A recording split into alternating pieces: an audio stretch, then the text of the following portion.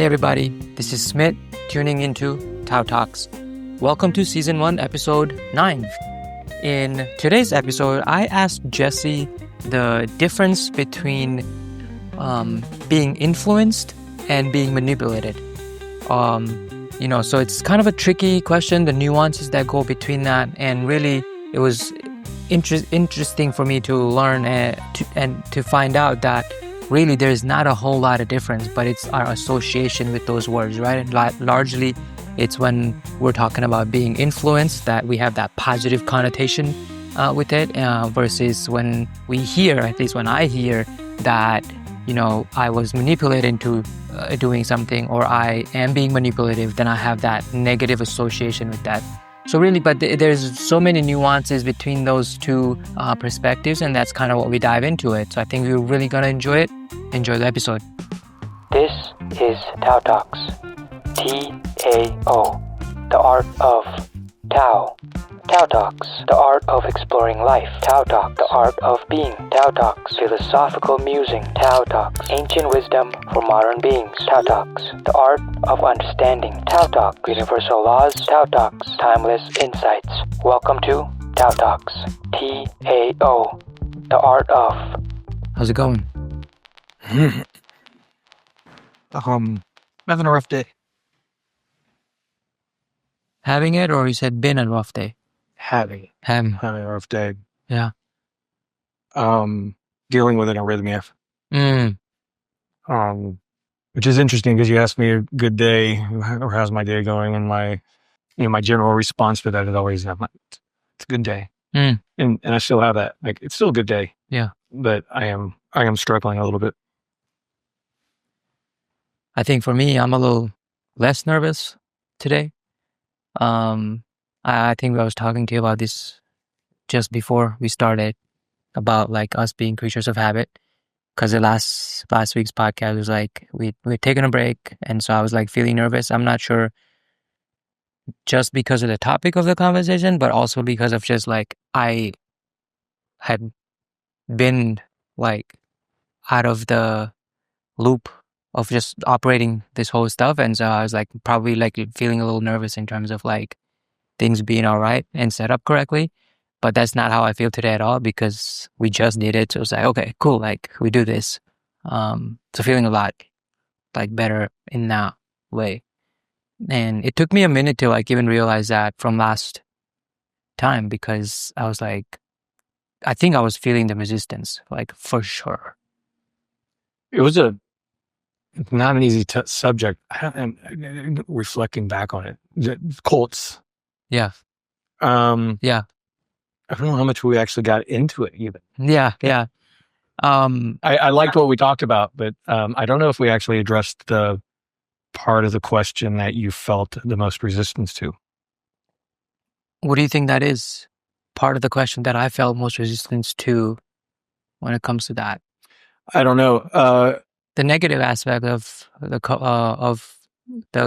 and I think we talked about good aspects of a culty behavior, and then we did briefly talk about like negative aspects of a culty behavior as well. But there's obviously so much when we get into. We kept it more on the superficial culty as opposed to like diving into cult specific. And I also I think these are generally how our conversations go. You're asking me, and so I'm responding a lot, but we didn't really turn that question back to you. So I feel like there might have been another part of that where it's like, what is it that what is it specifically for you? Yeah. That doesn't mean we need to get into it today, but I do feel like there's more to that conversation that's interesting and relevant without necessarily specifically tackling cult. Yeah. Specifically. I wonder if this will kind of go in line with what you're talking about, but what I had in mind today and what I wanted to talk about is the aspect of influencing someone versus manipulating someone, and the aspect of being influenced by someone and being manipulated by someone. So I don't know if there is like a cross between those topics and probably what I'm experiencing with respect to the feedback of this feels culty. Mm-hmm. But that's kind of what I was like thinking about and wanting to like gain more understanding of. Like, I'm really curious about that, the differentiation between those two. I mean, is there a differentiation between the two? Like, if we just think of the word manipulate. It's so funny because I think we've had a brief conversation about this before, like off cameras and things like that. And for me, I didn't think too deeply into it, but they were distinct, like different things, like influenced by someone, manipulated by someone. And right, like I had this thing going back to our previous episode of being influenced by something. Generally, I had a positive perspective on that word, and that's what it meant for me. Versus manipulated, I would have a negative association. I would have that with it until we briefly talked about this, where it's like, is there a difference? Because in a way, it's I guess it's in the eyes of a beholder, in a way. I mean, if we just look at the word manipulate from a technical without putting judgment, Objectively, yeah. If I put my hands on something and change its orientation, did I not just manipulate it? Maybe I took a turtle that was walking out into the street and I pointed it back to the creek. I might have influenced it to a safer direction. That's good. Yeah. But did I not also manipulate it very specifically? Yeah. And its outcome. Right. Yeah. If there was something was on a path and I influenced to change that path, did I not manipulate the path that it was on? Yeah. So I think manipulation is what it is, but we have a different meaning for it if we perceive a good outcome versus a negative outcome. If it's a negative outcome, it's manipulation, it's somebody else's fault. If it's a good outcome, it's influence. Mm-hmm. They influenced me and then I made the good choice following their advice. It might be cutting hairs, splitting hairs. But I think manipulation is still at the heart of what's happening one way or the other. I think what I picked up from what you just described is also this aspect of, you were saying at the foundation of it, perhaps it is manipulation, whether you look at it for negative influence or positive influence of it. But when it comes to positive influence, we will say, I felt inspired by it or I was influenced by this. And yet we lack to do this, have that personal approach to this other, like the negative aspect of it, where oftentimes it is missing this notion of, hey, I felt manipulated, but rather we will often say, they manipulated me, like as in almost like a victim mindset. Correct. Instead of taking on the ownership. Yeah. Because we will take the ownership and the positive outcome, but the negative one is where it's too convenient for us to just, like, it can't possibly be me. Or maybe it is, but I don't think that I often just, like, that's not my first instinct to think that way. Yeah. I'm trying to think, there might be examples in which all of that gets reversed, but from my general experience, and reflecting just on how I respond to these terms, when I use the word manipulated in my own head and my own thoughts, it's usually has a tone of victimhood to it. I was out of control. I was not the one. Somebody else did it to me. Mm-hmm. And I also want to always have that separation of, there are actual victims.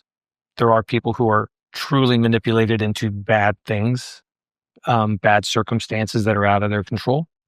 And then there are times in which we feel manipulated, we feel out of control, and we associate a victim perception, even though the reality is that we're not we're not actual victims. We're not actually in this bad place.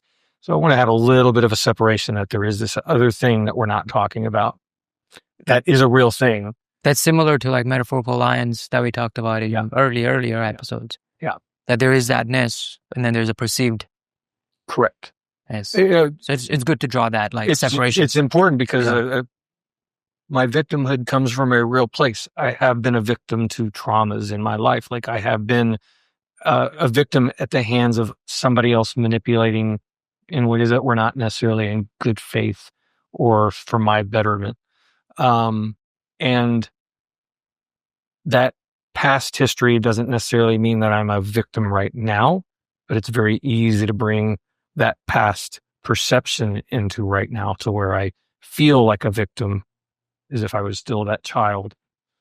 And I think for the context of the conversation we're having, though that's the person we're talking to, we're not talking to somebody who's an actual victim. If somebody's an actual victim, I want that person to get help. Yeah. I want them, you are a victim. There are ways to get help, and I want to, but we can't tackle that in this conversation. This is not the help for that person. Yeah. But one of the questions is, of victimhood is, am I actually a victim, and am I being a victim right now, or am I in an emotional state of victimhood? Am I still emotionally in that past place and it's no longer serving me for where I'm at in the moment? That's a little hard to differentiate. I mean, I think that the true way to like really know the difference between whether you're actually a victim or whether you're like, if it's a perceived thing, would be through going back to like observing ourselves and the practice of that. And like, I mean, otherwise there's no way to like really know the difference. A lot of introspection, looking within, but also looking around. I mean, we can bring it back to manipulation and influence. Yeah. We kind of like, is influence manipulation? I think it is. I think it is at the base. And I think that that's a good place to actually get in and start to find and look. I am influenceable. I'm manipulatable. Like, people can manipulate me. They can influence me. That's a real thing. And I think that's generally a good thing. But just because it is a thing doesn't mean that how I get influenced or manipulated is good or bad, right? Either outcome is possible. So I have to get to that baseline of, this is a general reality. I can be influenced. I can be manipulated. And then paying attention to how I'm languaging which one it is. Because if it's something that have a negative association with and I'm blaming someone else versus I'm having a positive and I'm taking credit. In a way, it's both the same. At the heart, it's both the same. I believe that the reason why I enjoy talking to you and why we do this is because there is an underlyingness of I can be molded, and there is this willingness to like engage in curiosity and the questions that I have, but at the same time, like, it's a choice that I want to have a conversation with you and take in the perspectives that you share. And then do what I want to do with that. Like, I still have power to take in that, or I have the power to like ignore that. And the outcome of that and the impacts of that will be what it will be. Like, that's very unique to me. But at the same time, like, someone can say like, oh, you were just manipulating me. But when I hear that perspective, that makes me feel powerless. Like, as if I don't have my own brain. Right? And so that, I don't know, I think that's like a difficult like seesaw for me to navigate. Because, I mean, I have my perspective for what it is, and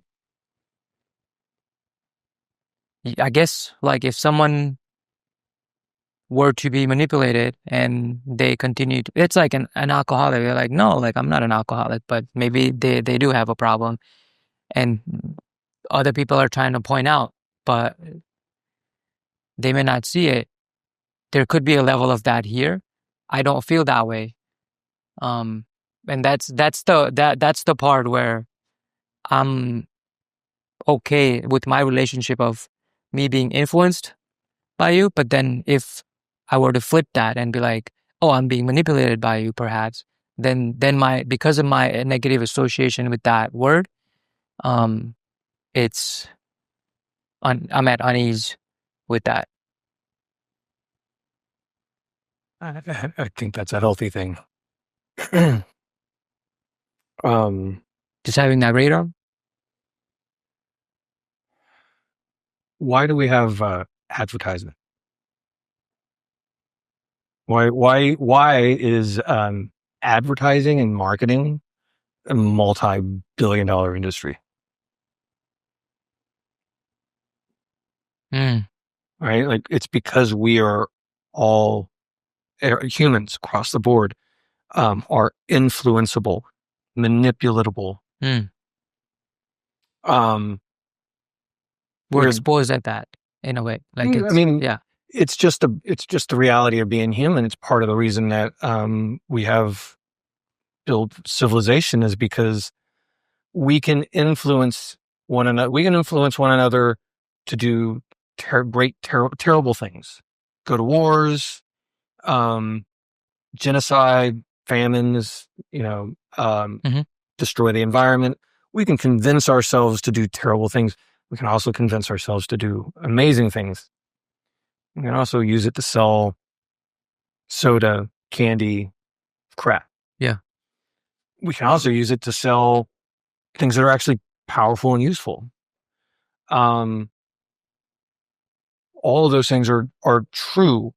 So if you want to have some sense of self, number one, you have to be open to influence, because you got to be recognized, like, the path that I'm on might not be the right path.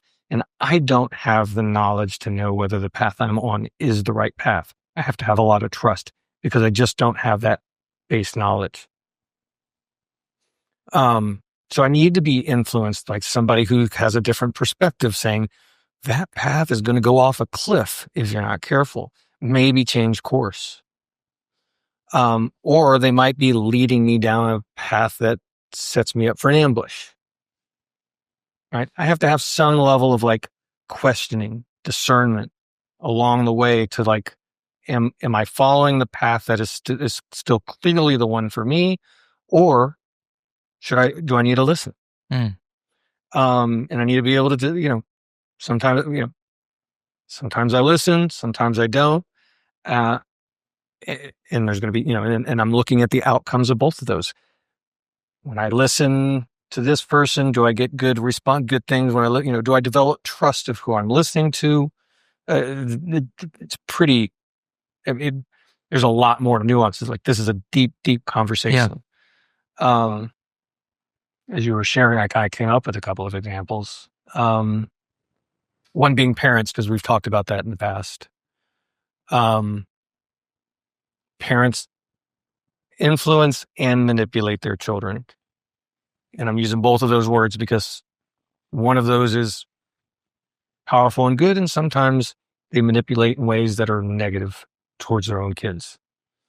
And a child, as they become an adult, has to be able to separate what was their parents' idea for them and what is actually theirs, and which is is the right path, and how much does that parental influence is a good guide, and I'm going to listen to that, but how also, like, where am I able to split and take a separate path? And my other example is that I had in my life, my best friend, when my son was born, I was going through a lot of changes, dealing with being self-employed, trying to make enough money, being in a partnership that was new with his mom, the struggles of being in a relationship that we weren't thriving together. We barely knew each other. And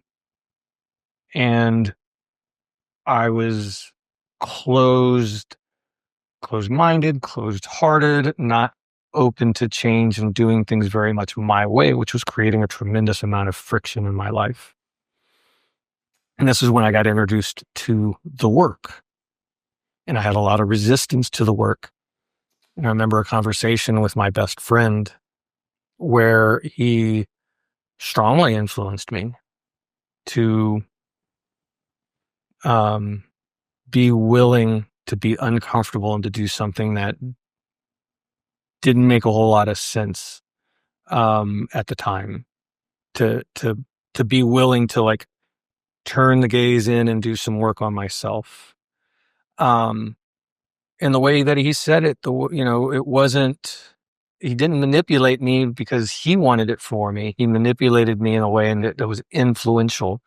I remember one of the things he said is like, imagine like 20 years from now, you're just sitting in a coffee shop, enjoying a cup of coffee, and you've done all this work, and inside you just feel like this happy little guru.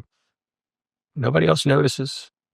You're just enjoying your cup of coffee and you're in this state because you did this work.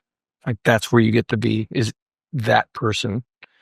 And something about that landed, and I took it incredibly seriously. Like I made a major shift to go from I was still incredibly resistant to the work, but it was more neurological, emotional resistance. I had made the choice that I was going to go into it and feel whatever came up. I was willing to walk into that particular direction of path. And I would not have done it without his influence.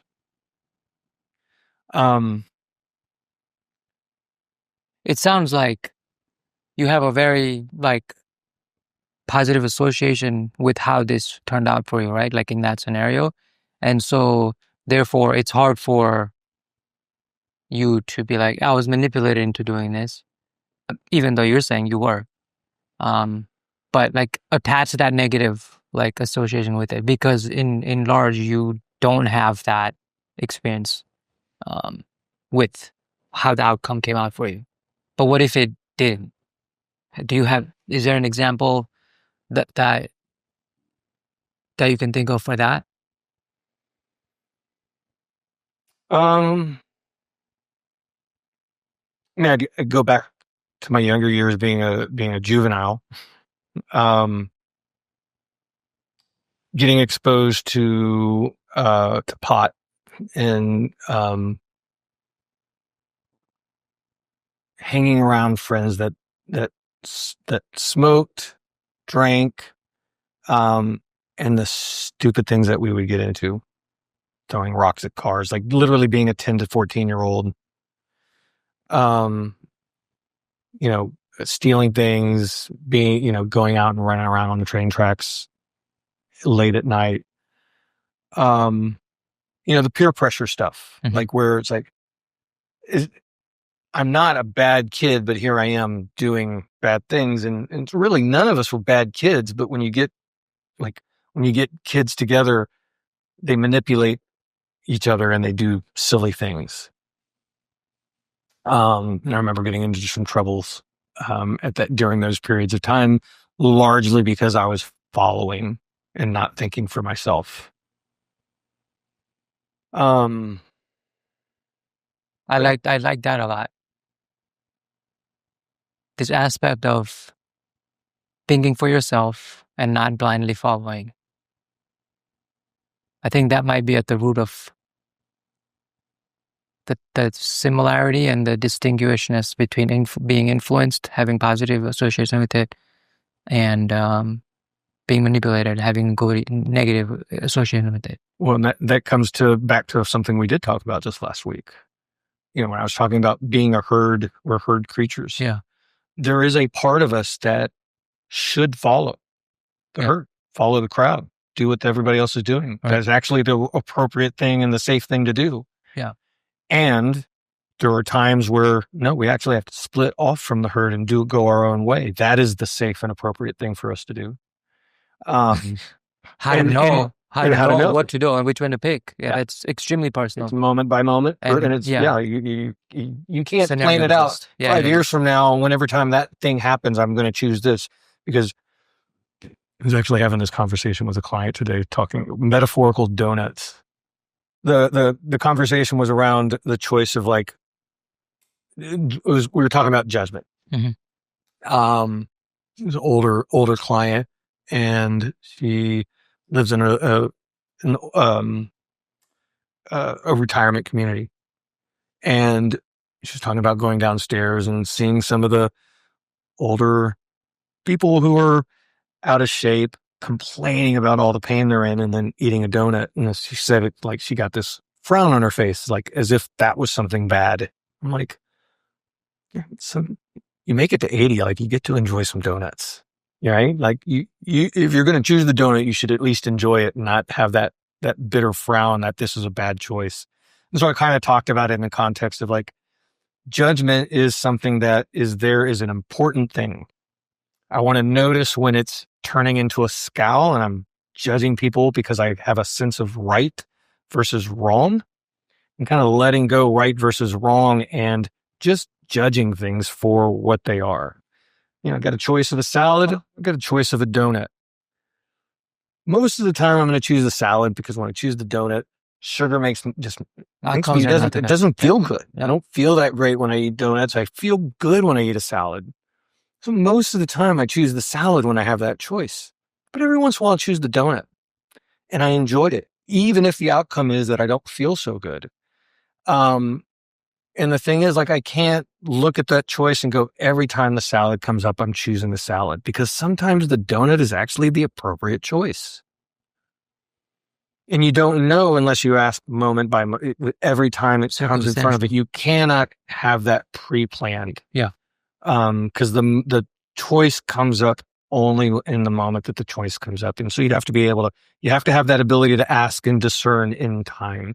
And if your judgment has these knee-jerk reactions that take you into right and wrong, good and bad, then you probably talk about manipulation. You're manipulating yourself into something that might not actually be in alignment for you. Very interesting. Right. And I would say that is, our emotional our emotions that are allowed to run rampant and aren't kept, what's the word, practical to the moment. Neurological judgment is, I see certain things and it just triggers my judgment. I'm not choosing to judge. Judgment is literally my nervous system is having a response to what I'm seeing, and then I can respond to how that judgment has just been triggered. Man, I'm struggling keeping train of thought. It's partly because of the arrhythmia. It adds a level of stress. It's all right, man. That the donut example here, it also like made me think how these questionings of whether one is being influenced or manipulated, somehow I thought it could be like a static thing or a binary thing, where like it is or it isn't. But that made me appreciate the dynamicness of it, like fluidity of it, because one answer might have made sense a minute ago. I mean, maybe a different answer would make sense a minute after. And I think the beauty in that is that because of our intellect and our humanness, we have the capacity to discern. And at some point, you have no choice but to go down and like pick a path from the fork, and you live the consequences and the outcomes of that path, whether you were influenced or manipulated. Yeah, 100%. And not to say that that's all because of this one choice that you made, but I mean, many choices along the way, but. And how you get to those choices as well. Yeah. So I'm coming back, and this hopefully ties in what you're talking about of I'm focusing on judgment, but it can be anger, it can be insecurity. Our neurological triggers, emotional triggers, that can kind of go cascade out of control. Yeah. Those are what other people can utilize in order to manipulate us. if I show, one of the, judgment shows up on your face, right? When you're judging somebody, like it gives you, there's a look on your face. Other people can perceive that. They can feel it. They can sense it. They can see it. If you have somebody who's a bad actor, who wants something from you, they can use that against you. Oh, I see that you have some judgments. I can use that judgment in order to convince you to make this choice. And that, like, there's two things that are going on there. One is we're giving them control. We're giving them access to manipulating us because we're not reeling in our emotions. We're not paying attention to them. And, it's one thing to I'm allowed to feel judgment. It's another thing if that judgment always has this need, you're more prone to being vulnerable like that. Yeah. To people. Every time I see that, I think that is wrong and that there is a right way to do it.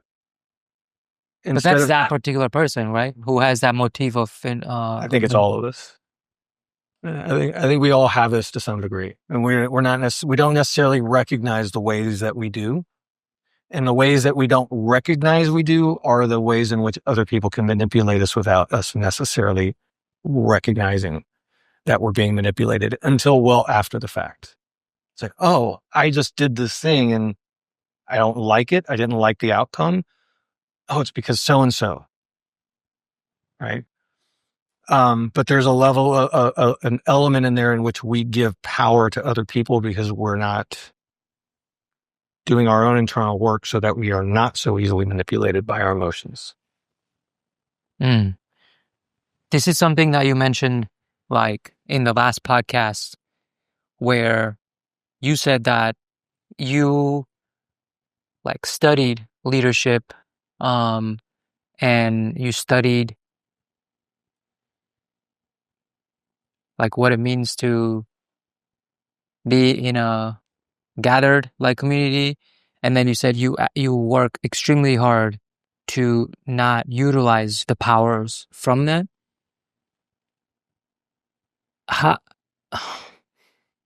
How is that how are you so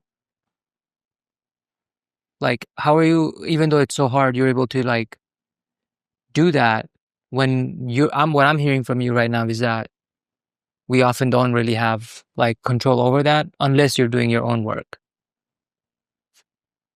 I mean, that would be my answer, is the degree in which I'm doing my own work and how successful I am in that work will determine is what keeps me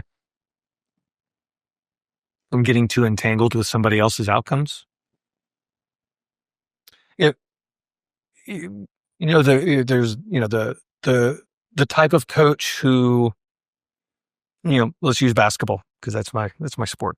There are coaches who their team, the success of their team has everything to do with them as a coach, right?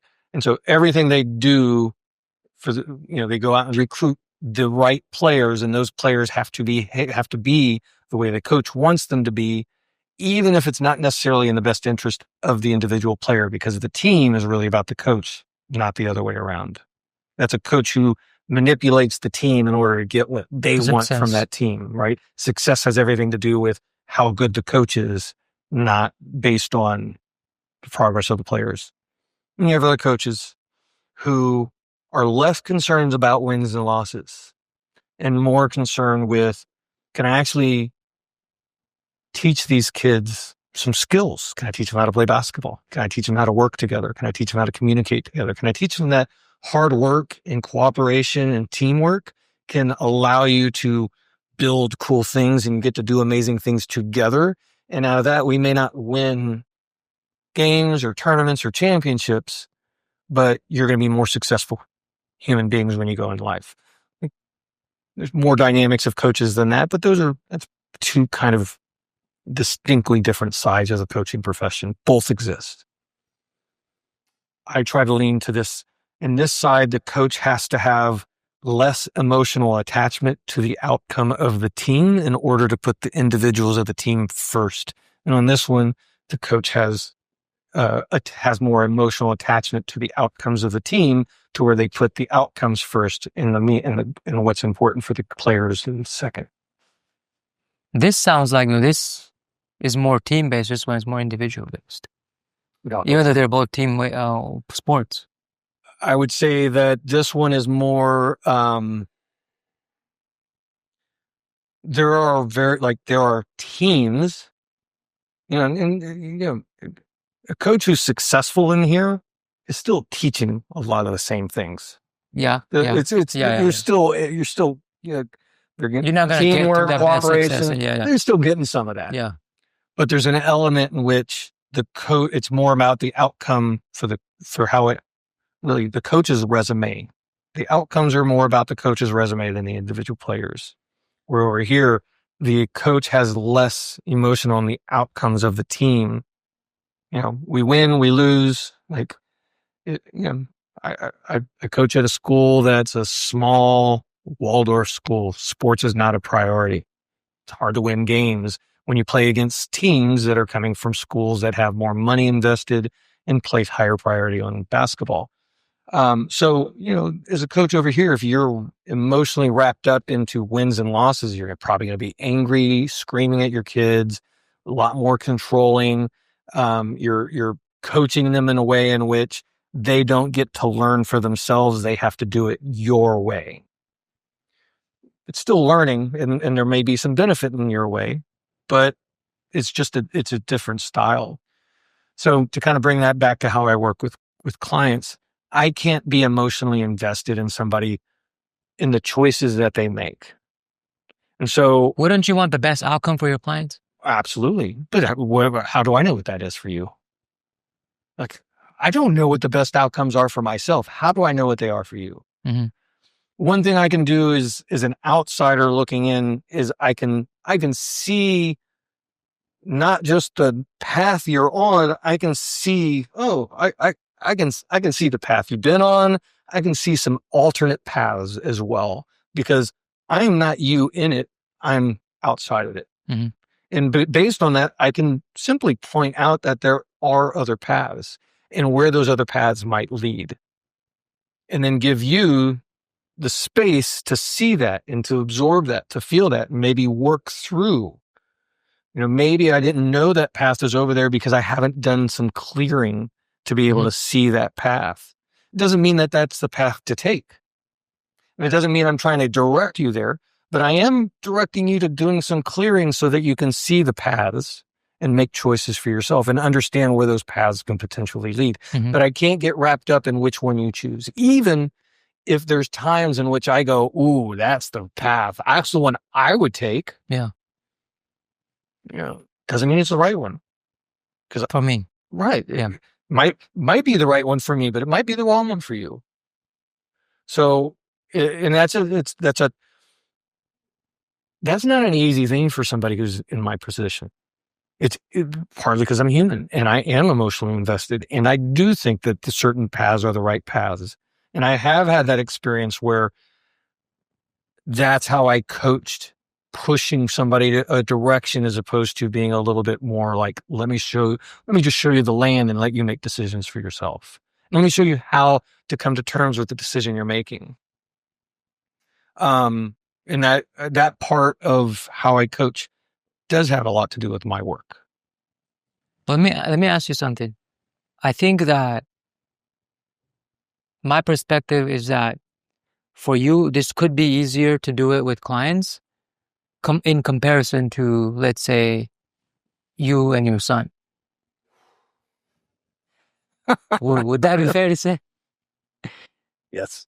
So it's hard for you to remove yourself out of that. But because there's this attachment and your relationship with this other human being, now it's extra hard. It's extra hard and just as relevant.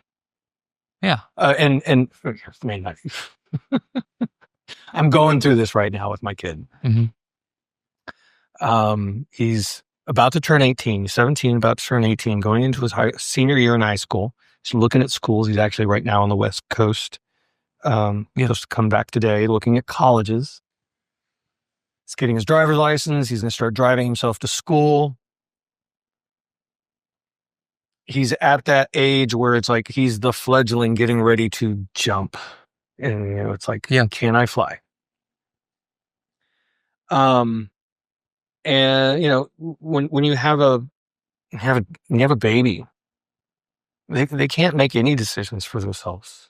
You make all those decisions, and where they go to school, what they study, what they eat, everything for years and years and years. And all of a sudden they get into this point where it's like, as they get older, they have to be able to become more reliant. Yeah. He has to become an autonomous. He cannot be reliant on me in a year or 2 years from now. He has to be able to go off and be successful doing things on his own, which means I have to cut some of those cords now. Going into the summer, it's funny because I told him, I am not in control of your calendar anymore. You don't have to tell me, or you don't have to ask me for permission of what you want to do on any given day. You get to schedule your day. You get to do whatever you want. You can stay out as late as you want, for all I care. Only thing I ask is you let me know where you're at and what you're doing. Keep me informed, but you don't have to ask me permission. You are old enough and I trust you. You're telling, you can tell me. Yeah. Right. Just you don't have to. And it's funny because he continued to ask. Yeah. Partly because it's new to him too. He's learning this. Yeah. And basketball is something that we have in common. And he's on the basketball team. He's our starting point guard. And so I've been pushing him for years. If you want to be good at basketball, it takes time. You got to work on it. And this summer he kind of hit a wall where he was feeling a little burned out on it. And man, the dad part of me and the coach part of me was like, I'm attached to you. I'm attached to you having, it's your senior year. I want you to have a great senior year. I want you to go out and play the best you can. Who knows where? Maybe you'll find that you're good enough. You can play in college, and you want to do that when you find this path. Right. Right. And it's like I have attachment to that because oh man, that appeals to me, and I've had to work really effing hard to let him have his experience, and then question. I've hardly seen my kid over the summer, partly because of all this. Partly because he's almost 18. He doesn't need me as much. He's got a girlfriend. He doesn't want to spend time with dad. And so I question, did I give up too much? Oh, you're questioning yourself. Oh, 100%. I see. Right. Because this is not an easy place to be. Yeah. And there's no guarantees that just because you're making a decision, it means that it was the right decision. So you have to be constantly looking at the decisions you made and questioning them. Not judging them, but it's like, am I on the right path? Am I doing it right? Should I be more involved? Do I need to continue to sit back? And it's tough because, oh man, I feel like I have so much to teach him, so much to offer him, and he's about to be gone. And it's a time where it's like, I feel like he needs that from me the most, but he's moving away, and maybe I missed my opportunity. Maybe I was supposed to do, maybe I wasn't a good enough parent when he was 12 up till now. Maybe I wasn't in there enough pushing and getting, directing more so that I could then sit back and see that he's still on the right. I don't know. These are all huge questions for me. So my kid is hugely more challenging. My partner is actually fairly easy because she's very, very open to feedback and conversation, largely because I am able to stay a little more separate, mainly because she's pretty amazing in her own right. But those who are closest to us, the closest to me, are definitely, it's harder the closer the closer they are to to the because you're emotionally involved. Emotionally involved. Yeah. Yeah. My client, I can because you very easily be yeah. dispassionately involved with a client. And I do a lot to try to maintain that space. I am a coach. You are a client. You know, I can consider you friend, but we are not in a friendship because I cannot be emotionally invested in you in that way. Yeah. You know, I need to be able to be firm. I need to be able to use strong language and for it to be there as a reflection for you, not as I'm angry and judging you. You know, I can bring those emotions into a conversation so that you can feel them. But it doesn't mean that I'm pushing you or manipulating you one way or the other. Although it's always hard to feel and know the difference in that moment. But it's a lot easier to do that with the client because I am separated emotionally. It's harder to do that with my kid because I'm not. Yeah. And nor would I not want to be. Like, I want to be emotionally invested in my kid. So it's like, that's a tricky one. That is like super tricky for sure, because if you just separate yourself, then really that person, your son, is no different than a client, but he's also your son. And so you want to have that attachment too, but not too much to a point where not you are influencing all of his decision making, where really he's not making the decision. You're the backbone of it. Yeah. Yeah. And that example is paralleled in that the two spectrum of the coaches as well. Yeah. Yeah. I mean, for an 18-year-old kid, how much does he need to have everything pointed out? This is the right way to do it. And how much does he need to go and mess up, make mistakes, and figure it out for himself? Yeah. You know, I'm at this, you know, part of my point of thinking about this at this point is like, I have to let my kid go knowing that I am not the person he's going to come to as much in these next few years. But on the other side, once he goes to college, gets out of the house, discovers who he is a little bit more, that at that point he may start coming back to me and asking for advice, asking for my feedback.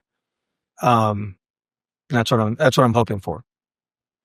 Because the emotional, given that the foundation you built is like encouraging that, given that like you've done a good enough job in the past that happens. Yeah, I hope so.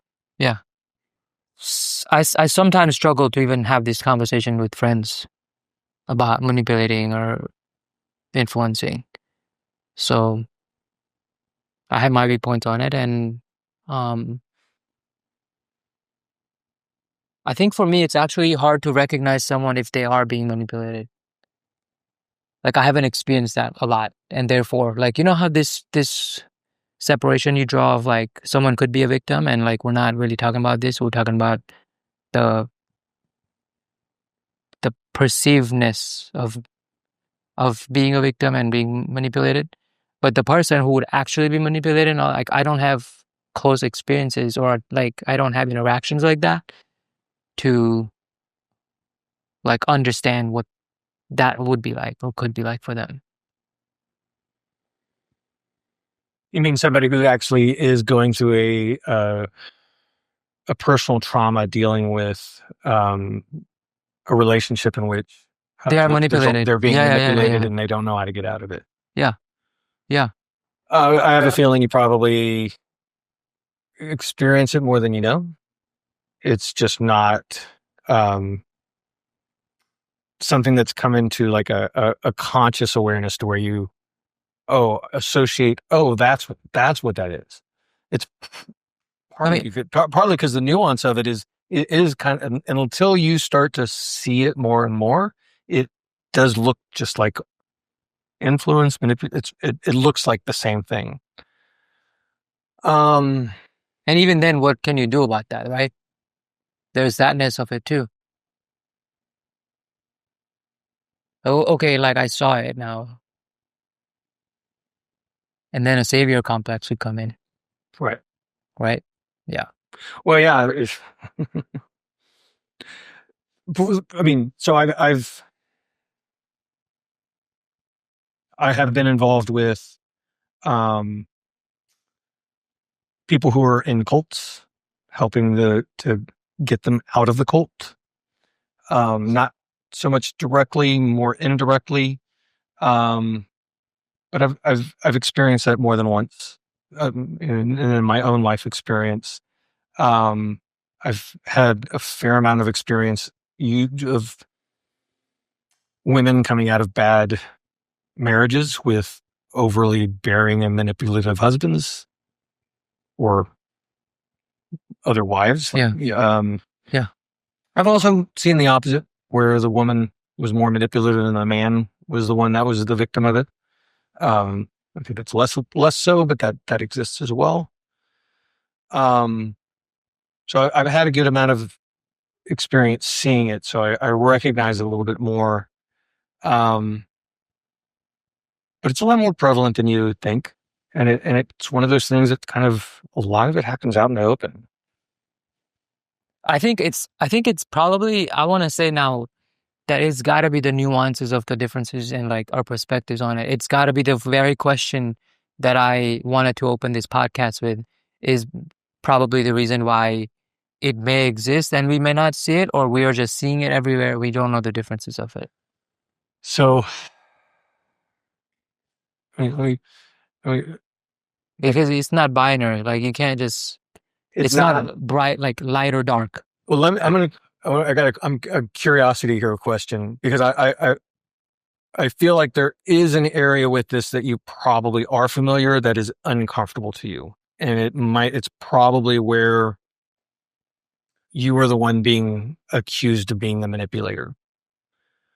Or you're talking to somebody who is talking about being manipulated in a negative way, as if they're a victim in the moment. Mm-hmm.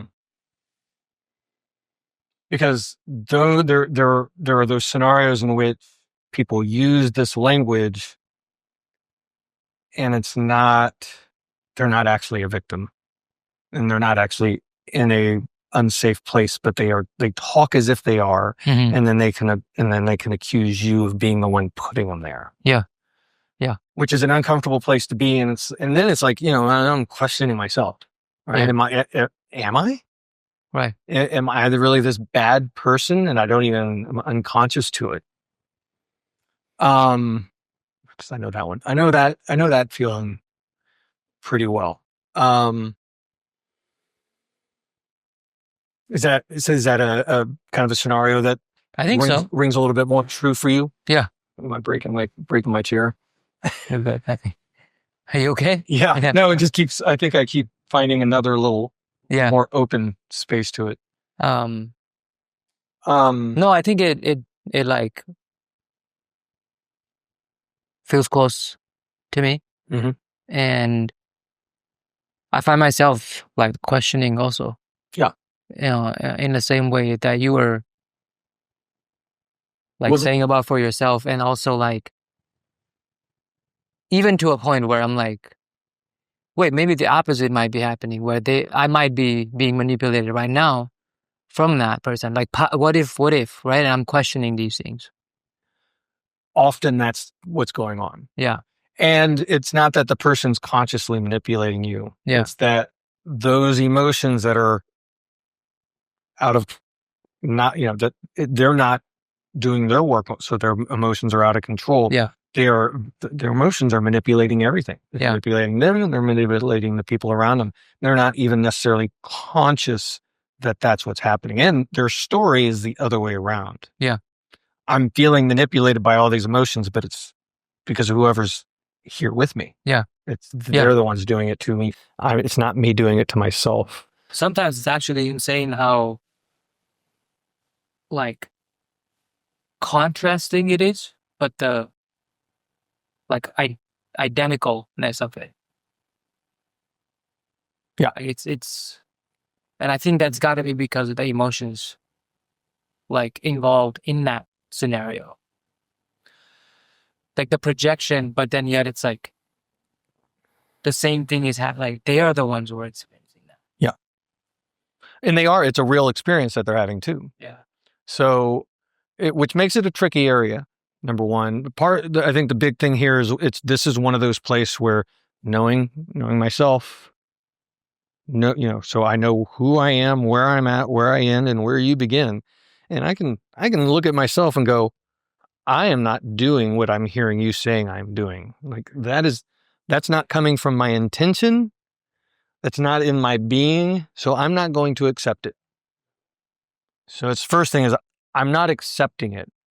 That doesn't mean I'm not going to have some empathy that you're going through something. I'm just not accepting that your story is the story. Yeah. And in the empathy part, it's like, okay, so emotions can be irrational. We are both rational beat creatures and irrational creatures. Yeah. And we need to be both because both are what help us understand what is true. If we're just logical creatures, man, pure logic blows the world up. Pure emotion blows the world up. It's a nice blending of the two that seems to be a good balance. So when somebody who is overly in one emotional state trying to, let's come back to what is real. You're talking about being unsafe, but where is the threat? Are you unsafe right now? Like, I'm not attacking you. Yeah. I'm not trying to harm you. You can get up and leave. You can stop. Like, we don't have to even have this conversation. Like, this can end right here. You have control. You have agency. So can we cut through some of that story and go, so you're having an emotion, like I understand that you got a lot of feelings and like your feelings are valid. It's a real experience. But the story that your feelings are saying isn't true. And I'm not accepting that. I know where I'm coming from and I'm not accepting your story and being firm. And then, but also still being loving. That's the part that's like an uncharted territory for me is to like staying firm with the act or the stories or of what I may be doing or what may be happening versus like really getting to the root of the cocktail of emotions that are there. And oftentimes I find that they're so like contradictory and irrational. Completely. And, yeah. They'll tell one story over here and then tell a story that completely negates that story over here. And it all fits into the same story. Yeah. And for me to like appreciate and accept those emotions because I have the like persona or I've been told that I'm like this rational being, like almost always. And so then it's easy for me to start dissecting these stories and like, but then to be able to get to a point where like these stories are like just the peripheries and they don't even really matter. And like whatever the emotions are, like, and just accepting those and receiving those emotions is something that's like an uncharted territory for me to like, just like, oh, like, so that's what you're feeling and be okay with that. Yeah. Well, so let's get into that a little bit real quick. So if somebody is having these emotions and those emotions are being directed at you as if you are the cause, you are the fault, like I'm feeling this way because of you, and somebody accuses you, are you going to have feelings about that? You're not going to be like, you're not going to be logical. You're going to have an emotional response. More usually that emotional response is defensiveness. So the first thing is I'm going to defend myself. I am not doing those things. These are the ways in which I am absolutely not doing them. And I'm going to start looking at pointing out the ways in which your argument is flawed. Yeah. But it's not an argument, it's emotion. And you're now coming from emotion and you don't even know it. Mm-hmm. So I think the bigger, like the trick is owning the emotions. Like I'm an emotional creature too. I got a good sense of logic, but I'm also very emotional. And the masculine tends to be, we lean into our logic a little bit more. which can make it a little harder to sense how the emotions are influencing, manipulating our logic. Right. If I'm defensive, man, my logic is defensive. Yeah. So it's hard for me to actually like recognize that in that moment for sure. So for me, the trick is taking a breath and feeling, and doesn't have to be verbal. It doesn't have to be shared. Sometimes it's worth sharing, but not always. It depends on who you're with. But acknowledging to yourself, what am I feeling? Because if I'm around somebody who's having an emotional temper tantrum for whatever, like for lack of a better word, like who's having who's going through an emotional struggle, I'm going to have feelings. Yeah. You don't, like, a baby starts crying. You feel something. And depending on who you are, if you're a mom who's had children, you feel something different than if you're somebody who's never had children. You love children versus hate children but you're going to feel something regardless. Mm-hmm. So when somebody is having an emotional outburst in front of you, you're going to have feelings related to it. So the first thing is getting in touch with that, so that can I see the ways in which I'm being manipulated? And as I do that, I can breathe in, nice big gulps of oxygen, feel grounded, practice being surrendered and letting it move through me. And then, it's like, all right, can I make this a safe space for feelings to be okay? I got my feelings, they got their feelings. I'm not going to accept storytelling, and I'm going to cut that off. You're going to put that on me, and I am here. I'm in good faith. I want best outcomes for both of us. Yeah. If you're going to put it on me, I'm going to tell you, no, I'm not accepting it. And if you're going to keep putting it on me, I'm going to get up and walk away, because that's a silly conversation for us to be in. You can go process on your own, and when you're ready to have an adult conversation, we can come back and talk. There will still be feelings involved, but if all of this is a blame game, that's not worth either of our time. It's just going to make us mad and resentful, and it means that we say things that we can't take back. But if I can make it a safe place for the feelings and cut through the BS of the stories and be like, I see and I feel that you're hurt, you're angry, you're upset. Like I got some feels going on too. I'm not accepting that I am the fault. That does not make sense to me. I'm not taking that. Yeah. I'm willing to be a part of helping to work us both through, help resolve what we're going through here. But I'm not taking a blame, unless, sometimes I do stupid things that I have to, apologize for. Like if I actually do something to cause harm, then I'm going to be like, my bad. I'm sorry. I made a mistake. What can I do to remedy it? Right? That's a different conversation than the one we're having. Right? If I actually did something in order to upset somebody, I'm going to take accountability and acknowledge it. And I know that I take accountability and acknowledge it, was part of the reason why when I'm in this conversation and I'm like, I didn't do anything wrong, unless you point out, like, if you can point out with evidence where I made the mistake, and then I can see it, and I'm gonna go, yeah, you're right, I made that mistake, my bad. But if it's just, you're doing this to me and you're not showing me any evidence, I'm not accepting that story, because I know I take accountability when I'm wrong. I will accept it when you put it in front of me. So if we don't have either of those, then I'm not accepting this unless you have evidence. But I'm also willing to be here and work it out with you. Doesn't mean that it goes perfectly. Yeah. Right. The other person has to have some level of good faith to be able to get to the other side of that with you. About is like having, what can I do to make this space a safe space for the feelings to exist? Mm-hmm. And one person can't do that. One person can do a lot. One person can do a lot.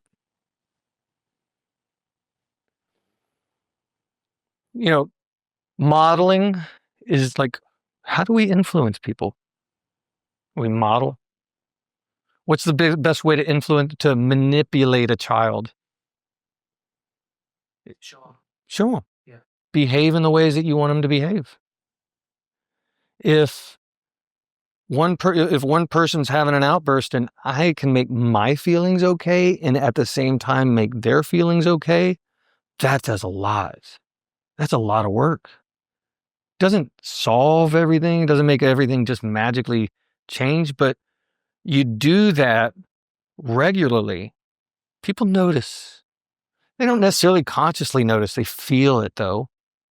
And it can create shifts in them too. Over time, it's a lot.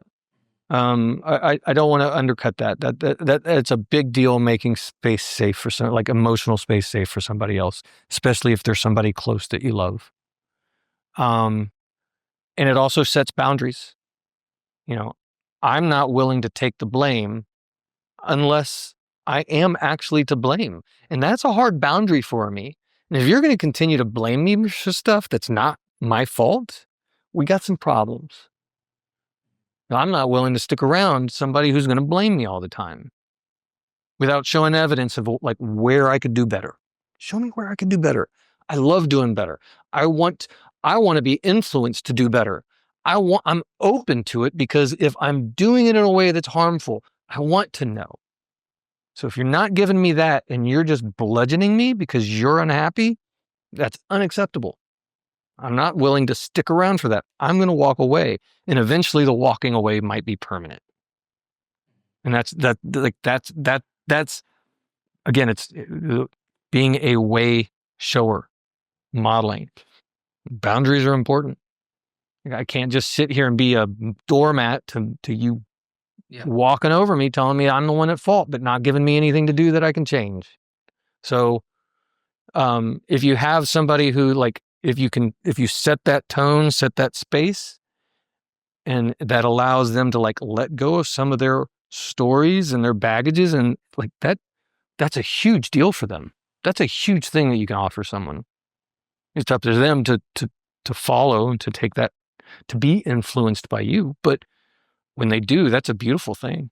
And I've definitely experienced that on both sides. Being the one blaming the world, blaming God for all the bad things in my life.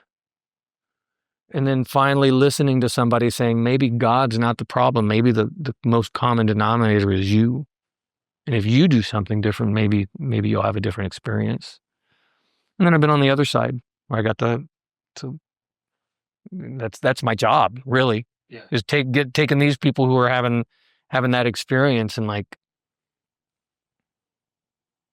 listening to them and creating a space in which it's okay to have it. I found it amusing that even in that conversation where you're being influenced or manipulated emotionally, when you said like they will say something and it's gonna put you in an emotional response, like you're gonna be in that space, and so then to acknowledge and all that, but like that act is the act of influence and manipulation. Yeah. Well, going that way, it's like I think like just human nature, like why do we want to be with someone else, other beings? Why do we want to ask questions? Why do we want to give answers? Like all that is really intricately tied together with the notion of influence and manipulation. Yeah. Going back to the part where I was talking about our emotions that we don't, I could come up with a better way of describing that. That we don't recognize that we don't have space for.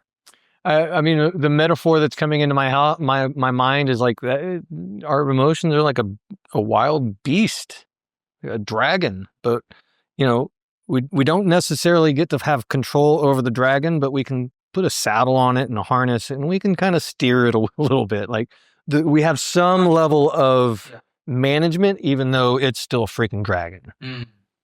It still breathes fire.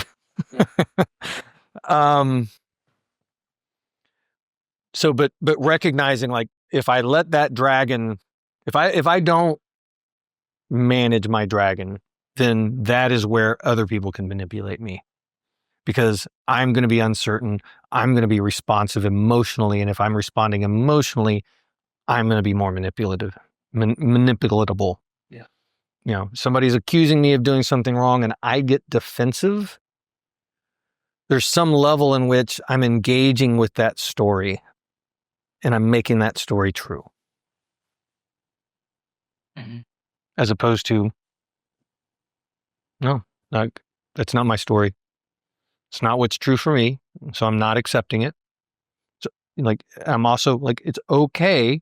I'm not telling you to go away. I'm not telling you that you're wrong. It's just, that doesn't land true for me. I'm not accepting it.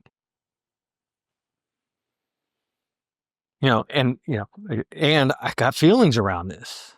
You know, I don't like being accused. I feel defensive and I feel the urge to defend myself. But that's not my story.